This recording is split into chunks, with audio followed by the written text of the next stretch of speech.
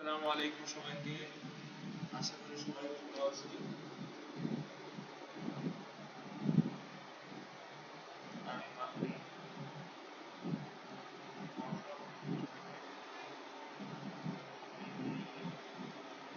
আজকে তোমাদের সাথে এসেছি এসএসসি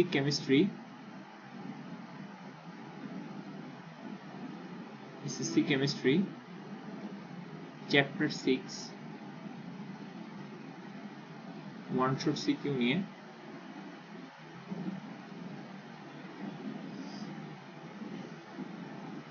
তো দেখো, দৃশ্যকল্প একে বলা হয়েছে এক্স মৌলের 24.5 গ্রামকে বিশ্লেষণ করলে 0.5 গ্রাম হাইড্রোজেন, 8 গ্রাম সালফার এবং 16 গ্রাম অক্সিজেন পাওয়া যায়।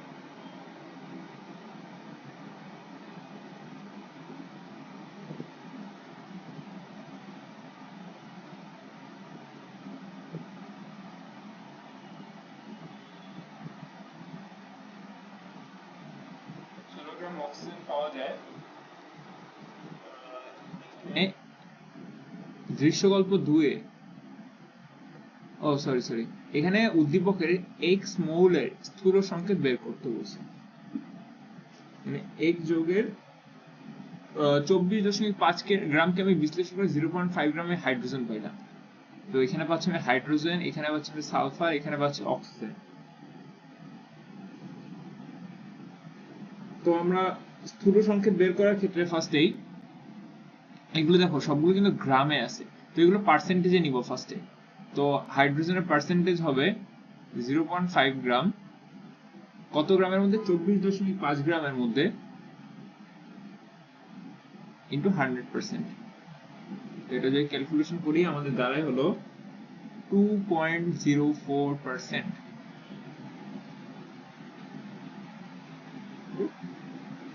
দেন নেক্সট সালফারের ক্ষেত্রে সালফারটাও সেম, দেখো গ্রামে আছে, কত গ্রাম পেয়েছি 8 গ্রাম, কত গ্রামের মধ্যে 24.5 গ্রামের মধ্যে ইন্টু 100%।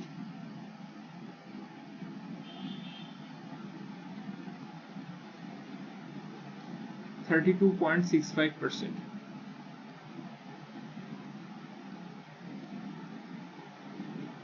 কি হয়েছে? দেন অক্সিজেনের ক্ষেত্রে যদি যাই,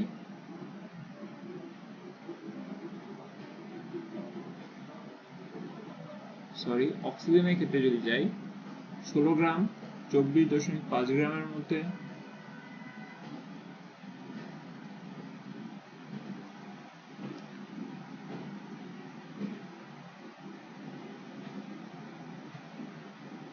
এটা ক্যালকুলেট করলে হয় 65.37%। এবার সমস্ত পার্সেন্টেজের মধ্যে কোনটা সর্বনিম্ন আমরা দেখি। সর্বনিম্ন হলো 2. এখনই সর্বনিম্ন না।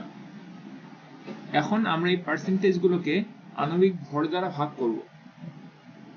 এই স্টেপে আমরা আণবিক ভর দ্বারা ভাগ করব।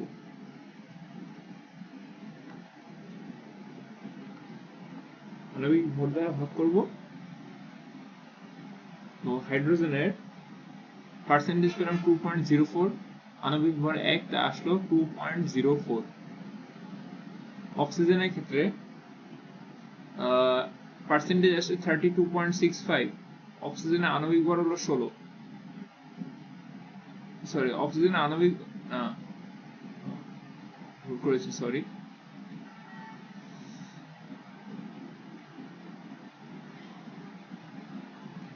অক্সিজেন যদি আমি অণুর কথা চিন্তা করি O2, এটা আণবিক ভর কত 32, ও এটার মান আসবে 1.02। দেন আমি সালফারের কথা যদি চিন্তা করি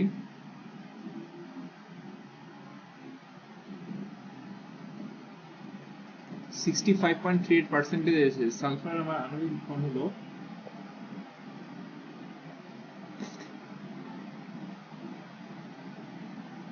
আমি একটু ভুল করেছি, ভুল হয়েছে আমার।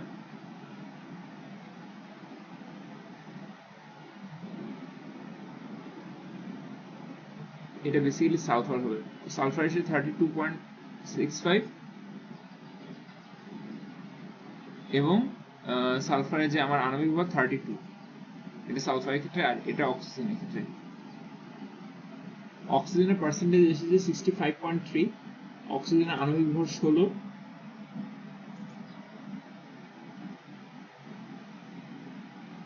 তো এটা মান আসছে 4.08 4.08।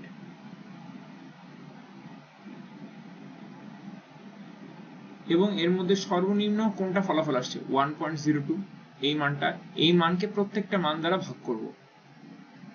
তাহলে আমার হাইড্রোজেনের ক্ষেত্রে আসছে মান 2.04, 1.02 এটা মান আসছে 2, সালফারের ক্ষেত্রে এটা মান আসছে 1.02 ডিভাইড বাই 1.02, এটা মান আসছে 1, অক্সিজেনের ক্ষেত্রে 4.08, 1.02 যদি ভাগ করি এটা মান আসছে 4, তো আসতেছে এটা স্থূল সংখ্যা H2SO4 মানে সালফিউরিক অ্যাসিড।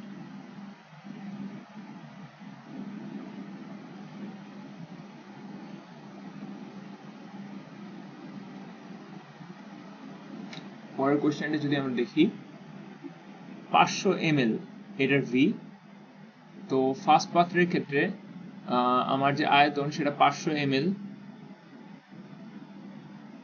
আমার যে ঘনমাত্রা S সেটা 0.25 মোলার এবং এটা সোডিয়াম কার্বনেট।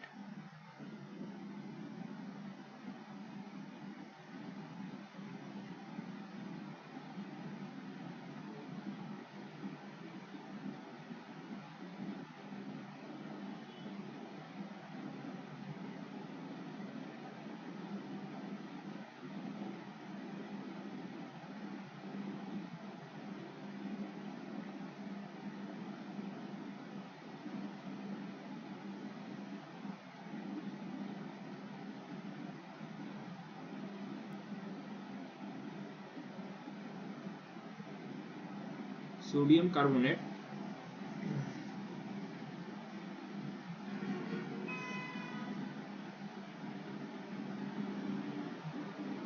তো আমার এখানে মোট পরমাণুর সংখ্যা কত?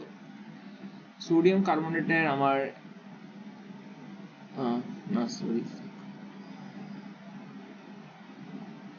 বলছে 1 নং পাত্রে দ্রবে মোট পরমাণুর সংখ্যা কত?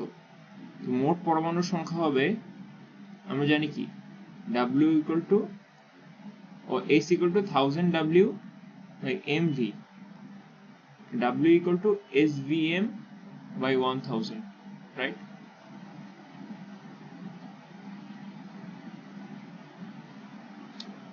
তো আমরা এখান থেকে এভাবে লিখতে পারি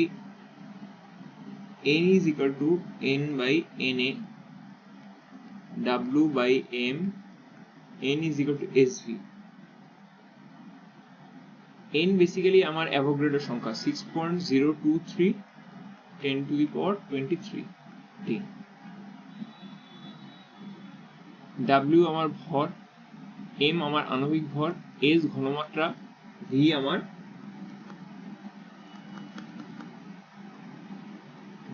আয়তন।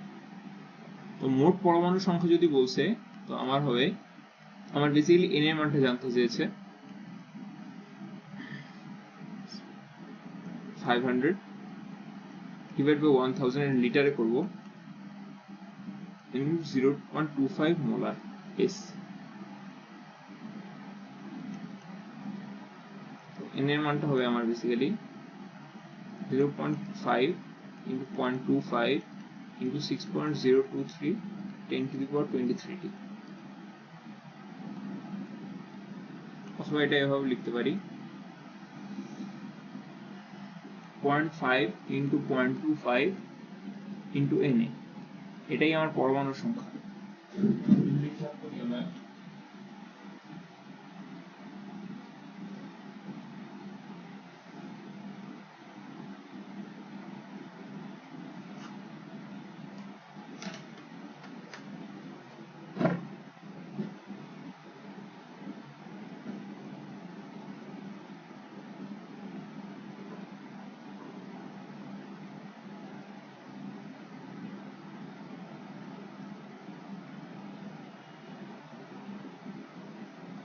এটা যদি হিসাব করি আমরা 7.528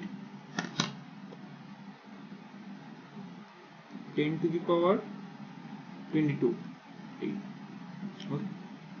এটা বেসিক্যালি হলো আমার অণু সংখ্যা।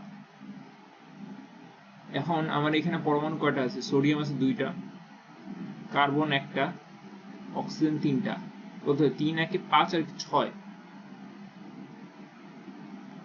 তো আমি যদি বেসিক্যালি 7 দিয়ে গুণ করি 7.528 10 to the power 22 into 6,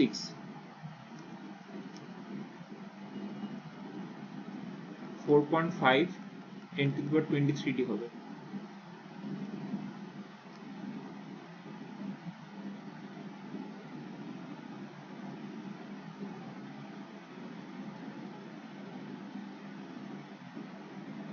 আমি যদি পরের কোশ্চেনে যাই,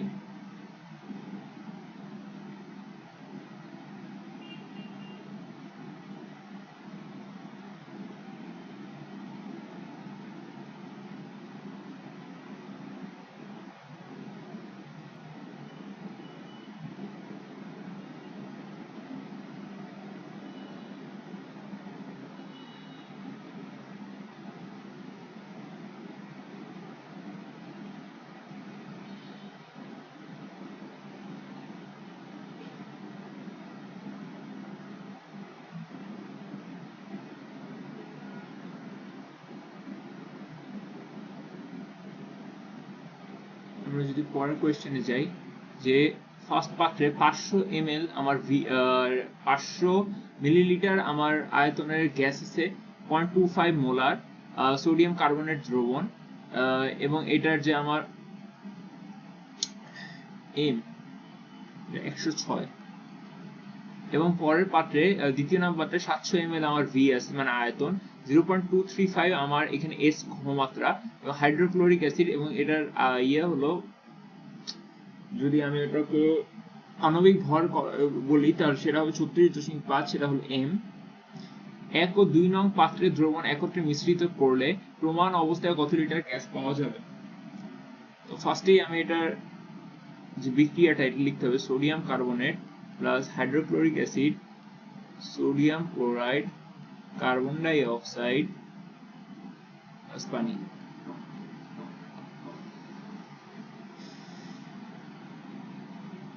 এখানে দেখো সোডিয়াম আছে 2টা, তো আমার এখানে 2NaCl লিখবো। ওকে, অক্সিজেন আছে আমার 3টা, হ্যাঁ ঠিকই আছে, এবার ঠিক আছে। তাহলে আমার ক্লোরিন হয়ে গেল 2টা এবং 2টা হাইড্রোক্লোরিক অ্যাসিড লিখবো।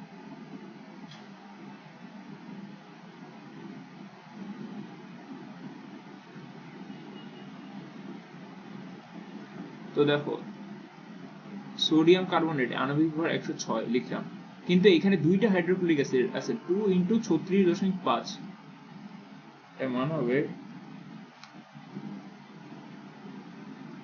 73।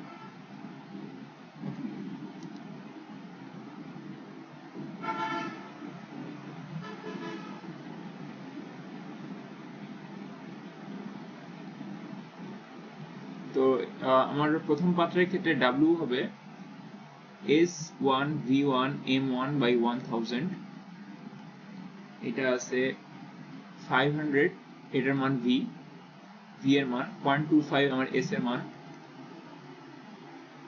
এবং 106 আমার আণবিক ভর ডিভাইড বাই 1000। এটা যে এটা কাটি 0.5 হয়, 0.5 0.25 × 106,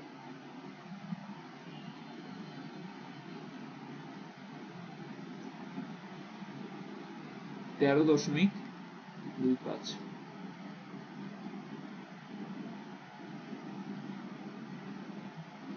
এখানে আমার W2 হবে S2V2M2/1000, এর মান আছে আমার 700, 0.325 into 36.5/1000, যদি কাটি হয় 0.7, আমার অ্যান্সারটা হবে 8.3 গ্রাম।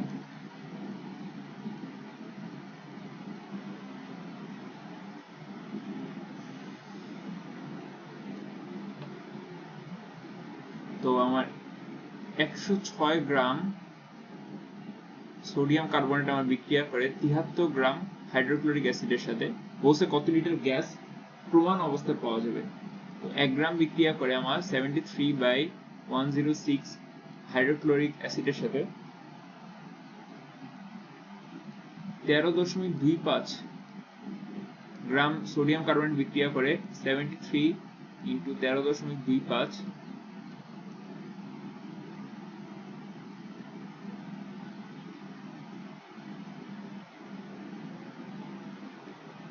106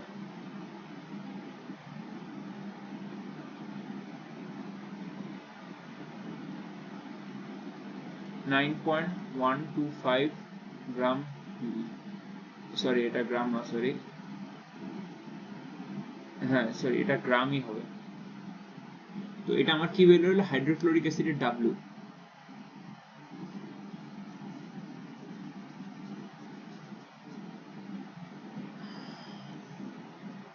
তো আমি হাইড্রোক্লোরিক অ্যাসিডের ডাব্লিউ পেলাম 9.125।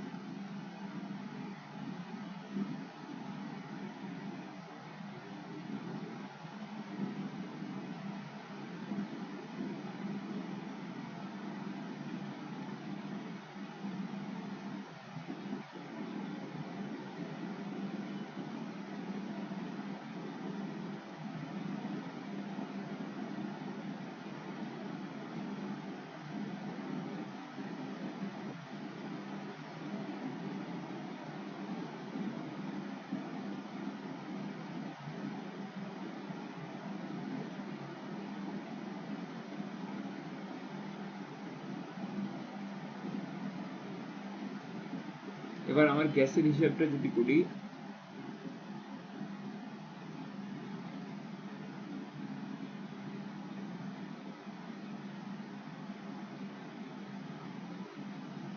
আমার 73 গ্রাম হাইড্রোক্লোরিক অ্যাসিড থেকে আমার পাওয়া যাবে 22.4 litre carbon die oxide.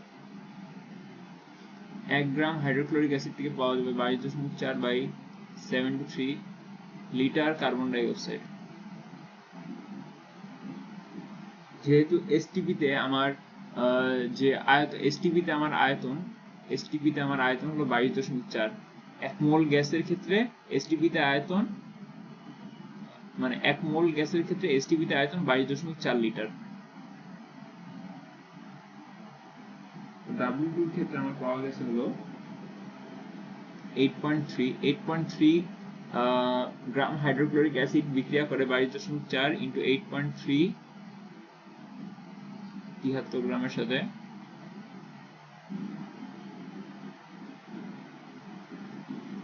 2.55 litre carbon die oxide অবশিষ্ট থাকে।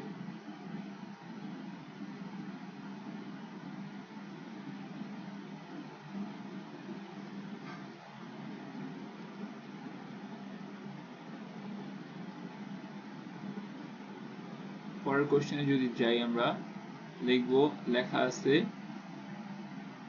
নাইট্রিক অ্যাসিড 25 গ্রাম এই পাত্রে আছে, দুই পাত্রের ভি মানে আয়তন 200 লিটার, সোডিয়াম হাইড্রোক্সাইড 25 গ্রাম আছে এবং এটারও ভি 200 লিটার। এ ও বি পাত্রের যৌগের মিশ্রণে উৎপন্ন দ্রবণের প্রকৃতি গাণিতিকভাবে বিশ্লেষণ করো।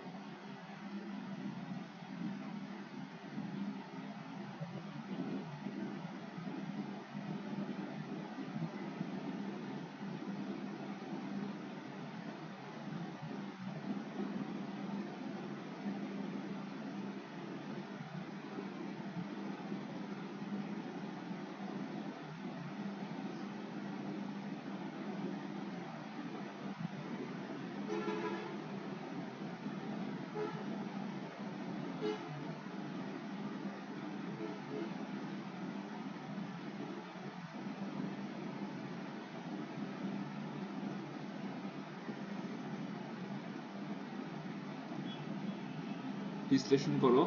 তো ফার্স্টে N1, N is equal to আমরা জানি SV, তো আমার প্রথম এ পাত্রের ক্ষেত্রে দেওয়া আছে কি v is equal to 200 ml millilitre, w দেওয়া আছে 25 গ্রাম।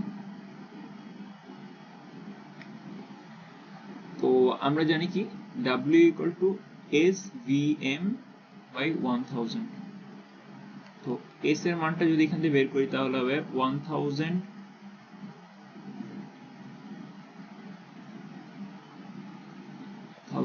w by mv।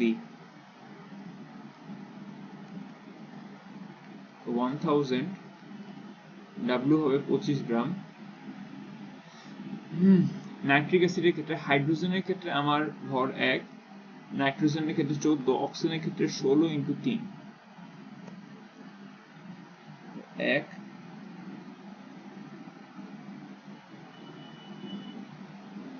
63 হবে।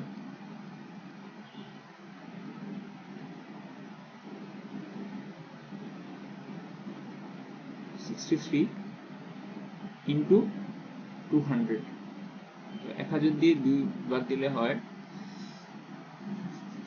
0.2।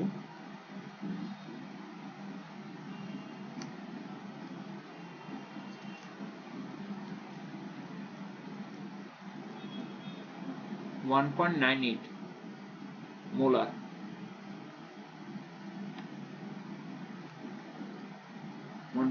মোলার হবে।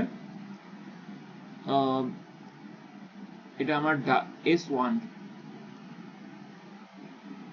তো আমি যদি N1 এ যাই 1.98 আমার এখানে S, আমার V দেওয়া আছে 200 by 1000, যেহেতু আমি লিটারে করতেছি আমার হচ্ছে 1.98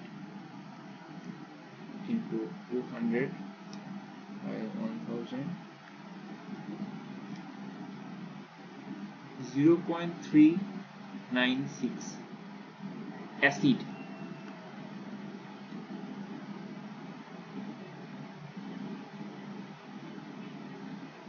আমার বি পাত্রের ক্ষেত্রে সোডিয়াম হাইড্রোক্সাইড কতটুকু আছে? বি পাত্রের ক্ষেত্রে আমি ভি জানি 200 ml, আমি এস জানি, ও এস জানি না, এস আমরা বের করবো এই ফর্মুলা থেকে 1000 w by mv থেকে। তো আমার w মান কত দেওয়া আছে? w দেওয়া আছে আমার 25 গ্রাম। 25 গ্রাম w দেওয়া আছে। এটা কি আমার সোডিয়াম হাইড্রোক্সাইড। তো সোডিয়াম হাইড্রোক্সাইড 200 আমার দেওয়া v, সোডিয়াম 23, অক্সিজেন 16,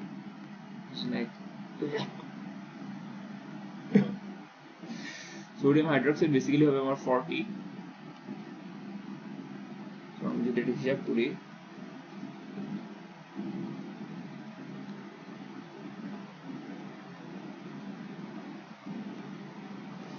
কি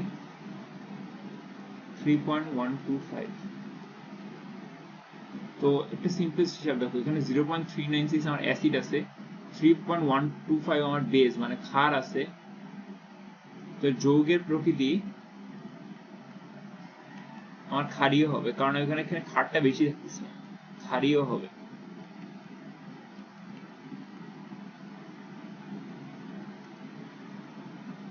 তো ঠিক আছে, আজকের মতো এখানেই গুড বাই। দেখা হবে আগামী পর্বে, আরেকটি পর্ব নিয়ে আমরা আসবো। তো কেউ যদি তোমরা মেন্টরশিপ পেতে চাও বা আমার সাথে যোগাযোগ করতে চাও,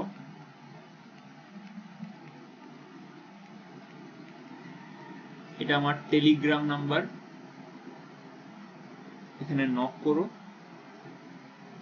আমাদের ইউটিউব পেজ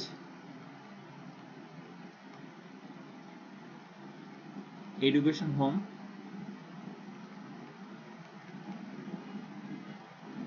সাবস্ক্রাইব করো।